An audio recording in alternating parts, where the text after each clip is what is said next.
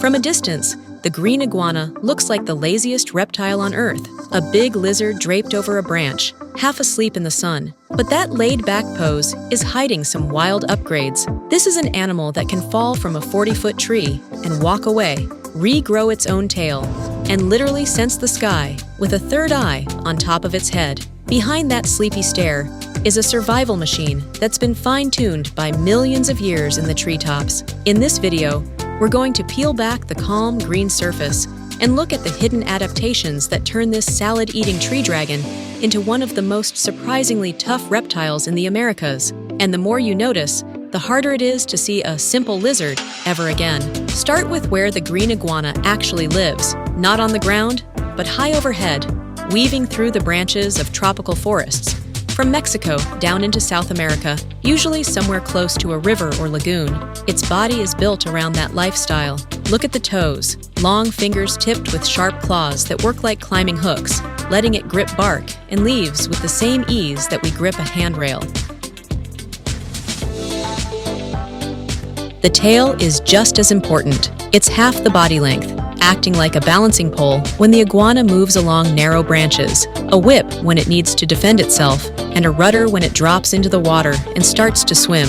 Add in the crest of spines running down its back and the big flap of skin under its chin, the dewlap, and you get an animal that can suddenly look larger and more imposing when it needs to. But having the right body shape is only part of the story. Inside, this dragon is tuned for a very specific kind of fuel. Unlike many other lizards that hunt insects, green iguanas are mostly devoted to plants. Leaves, flowers, and fruit are their daily menu, especially once they're adults. Young iguanas cheat a bit by eating more protein, things like insects and small invertebrates, to fuel their growth. But as they mature, they shift into full-time herbivores. That switch comes with a price. Plants are tough to digest, so the iguana's body fights back with size and plumbing. It grows large, with a long digestive tract that acts like a built-in fermentation tank, giving microbes time to break down fibrous plant matter and squeeze out every bit of energy. It also has a clever way to deal with all the salts in those leaves and in some of the coastal places it lives. Extra-renal nasal glands act like little salt filters, pushing out excess salts so the blood chemistry stays stable. Iguana Specialist Group. This herbivore engine is so effective that iguanas have managed to colonize islands and coastlines that would be a nightmare for more delicate reptiles. But even the best salad-powered body won't work without good temperature control. And that's where the iguana turns its skin into a solar panel. Green iguanas live by the sun. They're active during the day, and a big part of their morning is spent doing what looks like nothing, basking. But that stillness is strategic.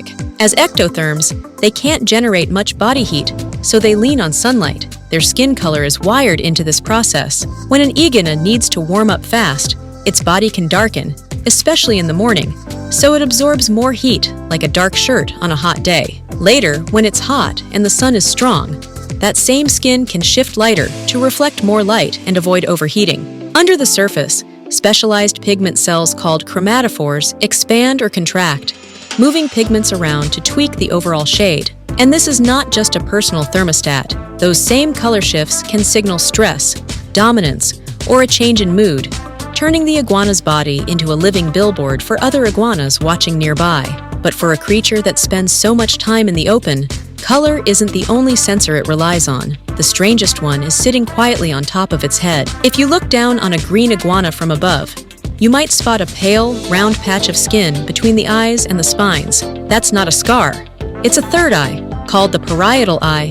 This light-sensitive organ helps the iguana detect changes in brightness and movement overhead.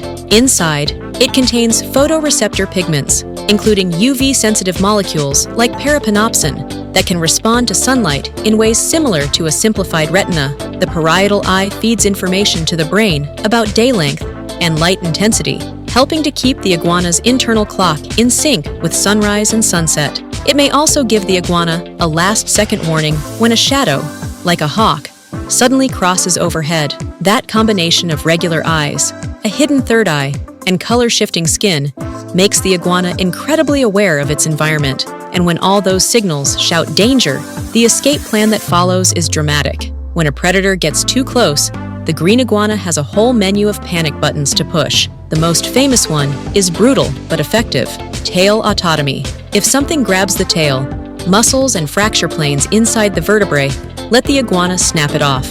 The detached tail thrashes on the ground, drawing attention, while the iguana sprints in the opposite direction. Over time, a new tail grows back, usually not as perfect as the original, but functional enough. If water is nearby, the escape becomes even more dramatic.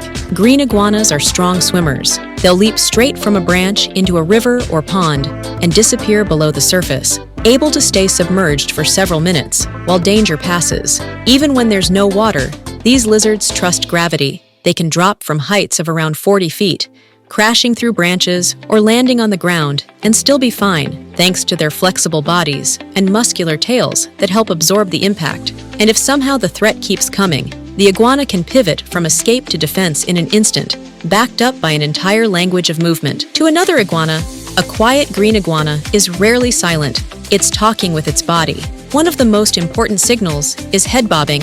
Different speeds, angles, and rhythms carry different messages. Anything from "I see you" to "This branch is mine" to "I'm interested in you as a mate." The dewlap comes into play here too. By dropping that flap of skin under the chin and pumping it in and out, the iguana instantly looks bigger and more impressive, a useful trick in both courtship and confrontation. When things escalate, the body language changes again. The iguana puffs itself up, raises its spines, hisses, and swings its tail like a whip.